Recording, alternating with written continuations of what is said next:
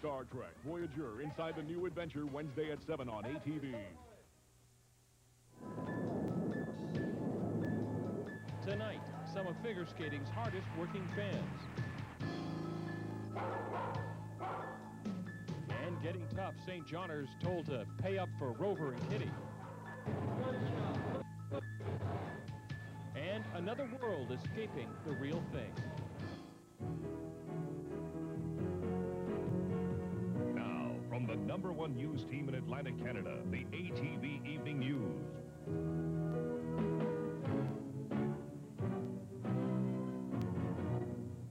Good evening, everyone. I'm Jonathan Gravenor. Janice Landry has the night off. Well, 6 days of drama, artistic splendor, and exciting action all wrapped up this afternoon in Halifax. The Canadian Figure Skating Championships wrapped up with new champions and new hopes for the future. ATV's Janet Stewart standing by live at the Metro Center in Halifax. And we don't think they taste as good as hamburgers made with fresh beef. That's why at Wendy's we use only fresh beef. Take our old-fashioned quarter-pound single combo. We give you the best-tasting hamburger in the business, hot off the grill, an icy-cold medium soft drink, and the biggest order of fries you can get in a combo for just $3.99. At Wendy's, you don't pay more, you just get more. It's Christmas again at St. Hubert. For a limited time, get a delicious leg quarter chicken with all-you-can-eat coleslaw, golden fries, unlimited sauce, free coffee refills, plus a piece of pie. All for just $6.75. Table for one? Actually, we're 12. St. Hubert, so much more. Oh, there's the green one too. There. these two young men were feeding the sea ducks this afternoon on Dingle Park at Halifax's Northwest Arm. Great winter weather, isn't it? We rarely spend an afternoon sailing in mid-January either in these parts. Meanwhile, south of the border, the weather's still acting up in California, where it's still raining in the northern part of the state. Flood warnings remain in effect for areas along the Russian River. Other flooding and mudslide warnings have been lifted, though. California's governor is pledging to do everything possible to help the flood victims. He's ordered a special session of the legislature to deal with problems from the storms. More than a week of storms have caused 11 deaths and more than $300 million in damage. Tony Clark is in Northern California, where continued rain is hampering cleanup efforts.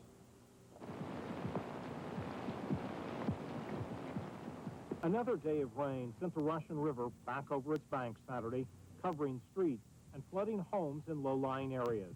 Yeah, I think damage is continuing statewide, and additional people are probably going to need assistance. Saturday morning, rain pounded the already saturated ground. In some areas, it created landslides and caused trees to topple. Well, there's a creek over here that runs generally only during the winter, and what it did, it looks like it undermined that tree, and it just fell over. By noon Saturday, the Russian River near Guerneville was nearly 4 feet over flood stage. Unbelievable. Sad. It's very sad, too. Very sad. Karen Wolford came to look at the raging Russian River. Last summer, she went canoeing on the river, but it was much different then. You can't see the river from right here hardly at all. I mean, it's way down a hill. So it's just amazing. I can't believe it. But this latest round of flooding is not as extensive as the flooding a few days earlier. One of the things that's helped reduce the flooding from the second storm is the sun has periodically come out and the skies have turned blue. That allowed the river and creeks to recede before additional rain came. And with every break in the clouds, residents were out washing away the mud that covers everything. Even county jail inmates pitched in to help. The majority of the inmates out here today are volunteers. We sent 100 inmates out yesterday, and when they came back from work last night, we asked every one of them if they'd like to volunteer to work on Saturday and Sunday, and we developed crew lists from there. I think we had 60 or 70 volunteers for today and 70 or 80 volunteers for tomorrow. Though a flood warning remained in effect Saturday, periodic clearing skies brought hope to these rain-weary residents. And as a theater marquee showed, there is a feeling here that the worst is over. Tony Clark, CNN, Monte Rio, California. While rain makes life miserable for many Californians, others are being bombarded with unusually heavy snow. Authorities have issued a heavy storm warning for the Sierra Nevada mountains. The earlier storm delivered heavy snow to the Sierras, keeping many tourists away from the Reno-Tahoe area. Now for a look at our weather, here's Phil. Yes, Jonathan, quite a mess out that way. And, of course, here in the Maritimes today, before we get to the Sunday sunspot, I want to talk about the hot spots across the Maritimes. Greenwood in the Annapolis Valley peaked out at 15.6 on the maximum thermometer today, eclipsing the old record of 12 back in '78. And Moncton at 14 degrees, also into the record, both eclipsing their old record way back to 1932. So let's head to the south. We'll find here behind me the island of Bermuda is my choice this Sunday. And down in Bermuda this afternoon, partly sunny skies and a nice comfortable temperature of 24 degrees. And there you can see that cloud that's coming our way, however slowly. So on the satellite view of North America with our GOES East satellite, now this is the new satellite that you may recall I talked about it being launched back on April the 13th last spring. It's gone through its checkout period, and now we're getting some beautiful pictures coming down. In addition to pictures from the satellite, the images, it's also sending or doing a sounding of the atmosphere, giving us temperature and humidity at 19 different levels.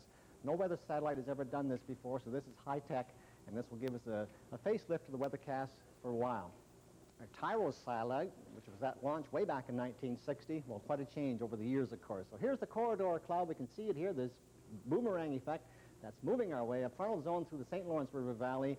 A lot of precipitation on that. Heavy rainfall warnings are out across the Ottawa Valley. And also, we're going to see some into the Maritimes. Now, here's a close-up from the new GOES East satellite, giving us an image of the eastern part of Canada, going all the way up into Ungava Bay of Quebec. That's one view. And another view is this view, almost from straight overhead. We can pick out the Maritimes quite nicely with the geography. And, of course, we're seeing the cloud cover, and this is the current image. And that's the pattern we're seeing out there right now. And back to the west more in the St. Lawrence River Valley, all the way down to eastern Ontario. Copious amounts of rain. And that's slowly making its way into the Maritimes. Going to the jet stream, we find the jet still continues to come out of the Pacific, out of the tropical waters of Hawaii. That pineapple connection getting into California, but conditions out there are easing in the Pacific, so that's good news. And then it troughs into the Florida area, Louisiana, New Orleans at 11, and over at Cocoa Beach on the east side of Florida is just 14 degrees this afternoon. But then it takes a beeline to the north, straight south to north, and that's why the system is moving so slowly, the weather system, and puts us into very mild air and record-breaking temperatures, as we know today, across the Maritimes, albeit spring light, but spring, another 9 weeks before it officially does arrive. So forecast-wise, overnight tonight across the Maritime provinces, we'll have the fog to contend with. And look at these overnight lows, almost like great daytime highs, but a very, very mild night coming up. A heavy rainfall warning across northern New Brunswick, the rain getting into that part of the Maritimes after midnight. And there again, you can see the overnight lows, winds out of the south to southwest, but generally light overnight, keeping the mild air upon us. And for Monday, well, not much change, really. We'll still see the southwesterly flow coming up. And again, we go for the heavy rainfall warning across northern New Brunswick, let's say from Prince Andover across to Miramichi City and north of that line. Potential 40 to 60 millimeters with this rainmaker coming diagonally across the Maritimes over time. And with that, potential for flooding up there with the frozen ground, the snow cover, etc. Look at the daytime highs again tomorrow across the southern Maritimes, double digits, up to the north, up around that plus 8 degree mark. So another very mild day for Monday, albeit soggy. And as the day does wear on, the rain will slowly push southwards, getting into the Atlantic coast of Nova Scotia by this time tomorrow in the form of 2 showers. And my long ranger to take us along to Tuesday, well, the frontal zone will continue to push across the Maritimes. We'll have rain switching over to snow in the northern parts of the Maritimes, high average on 8, but falling through the day. Now, there is a risk of freezing rain as well during that transition from rain to snow. Similarly for Wednesday, getting cooler and cooler, falling. And again, I have to emphasize the risk of freezing rain during that transition of precipitation over those 2 days. So another mild day tomorrow. Enjoy the weather. Jonathan? Ricky Anderson's up next with the latest from the world of sports, including the latest from the Canadian Figure Skating Championships. Details when we come back. 2-foot landing on the triple loop, which of course will mean a small deduction for that.